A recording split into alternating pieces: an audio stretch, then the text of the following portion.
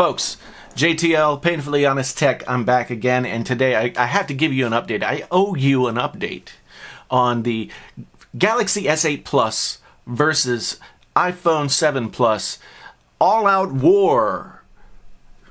Decision 17, as it were. Decision 17. What am I going to do? Am I going to keep the Galaxy S8 Plus, or am I going to keep the iPhone 7 Plus? Now, both phones had a lot to offer.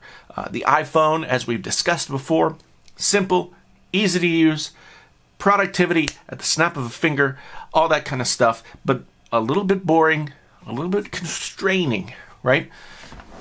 S8 Plus, the newest and latest and greatest and sexiest of all phones that's out there to have and all that kind of thing, and to hold and to love and to... it's precious. But expensive. Android can sometimes be a little bit too fiddly and I guess what should we call it? Customizable, I think is what people like to say. But sometimes you can get lost in the rabbit hole of customization, and that is annoying, and then sometimes stuff doesn't work. So I went the whole 14 days that I had to decide. I went right up to the wire, you know, and honestly, it was, at the end, kind of a toss-up. I know after using, and I kind of switched back and forth between phones. I carried both phones with me for several days and kind of went back and forth.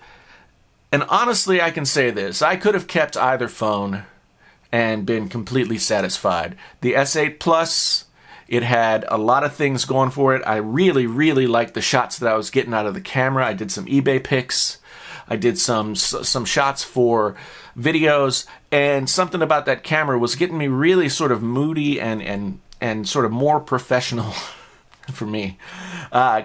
More professional looking or sexier or whatever you want to call it shots that I wasn't getting with the iPhone.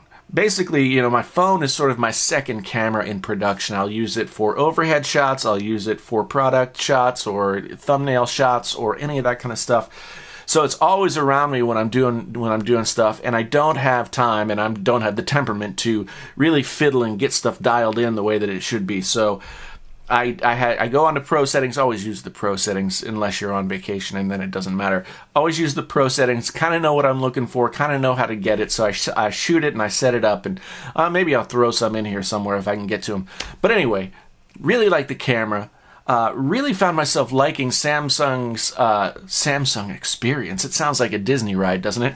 But the new launcher that Samsung has put over top of Android, you know, I've had just about every Galaxy phone that there has been, and TouchWiz sounds dirty. Like TouchWiz, really? Maybe it's a Korean thing, I don't know. But now it's called the Samsung Experience. Now, if you put the Samsung Experience on a Disney ride with TouchWiz, my brain is weird today. Anyway, I found myself really liking a lot of what it had to offer. I found myself using the Edge screen as kind of like a folder thing and a quick call thing, and not overdoing it with too many Edge screens that I wouldn't use, just having a bare minimum, and keeping my home screen completely clear, other than like my email and phone and yada yada yada, all that stuff. Anyway, I found myself really liking a lot of the Samsung features, and again, I really liked having widgets right on the screen so that I could get to my music apps and my Audible and my podcast and my blah blah blah. I liked having all that stuff right there, one screen away, instead of having to. I counted. I had to click 4 times to get to that stuff sometimes on my iPhone. So I guess this is the moment of truth. What have I done? What is the decision? I think most of you maybe have probably already guessed, but I do want to reiterate, I do want to make it clear that I could have kept either phone and been happy. The smaller grabability of the S8 Plus, actually, in some ways, I didn't like as much as I like the bigger chunkiness of the iPhone 7. But I could go back and forth about things that I liked and didn't like or preferred it or, whatever, wish that one had that one doesn't.